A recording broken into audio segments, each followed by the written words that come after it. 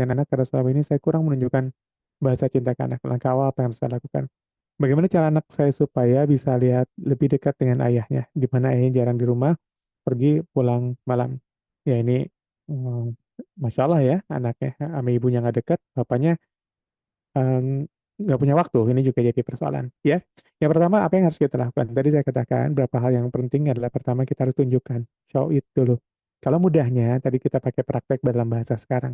Ya, sediakan waktu kah, entah gift kah, entah yang lain-lain. Tapi yang paling mudah sebenarnya adalah waktu dulu.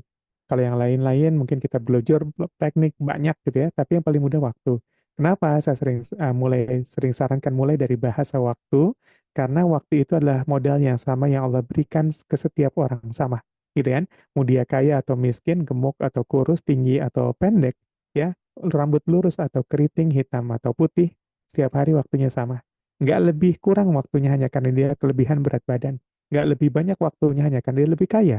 Gitu kan? Nggak seperti itu. Jadi semua sama waktunya. Maka kalau kita ingin memperbaiki sesuatu dalam diri kita, entah apapun itu, entah diri, kualitas hidup, rumah tangga, keluarga, ataupun pengasuhan, yang kita perbaiki adalah waktunya dulu. Ya, pengelolaan waktu kita. Bagaimana kita menyediakan waktu, bagaimana mengisi waktu bersama mereka. Bagaimana sehari-hari dalam 24 jam ini waktu kita yang kita atur buat mereka. Termasuk juga tadi bapaknya. Ya, gimana dalam waktu yang singkat ini bisa tetap lebih efektif. Ya, jadi saran saya bikin berapa metode waktu. Saya pernah sampaikan ini kapan ya? Ya, saya waktu itu sampaikan ngajarin anak manajemen waktu gitu ya.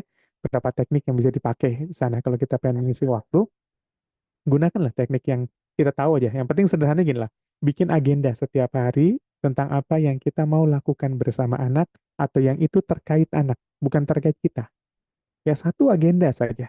Ya, hari ini saya ngaji bareng setiap maghrib sama anak misalkan atau apa. Ya, serta apa?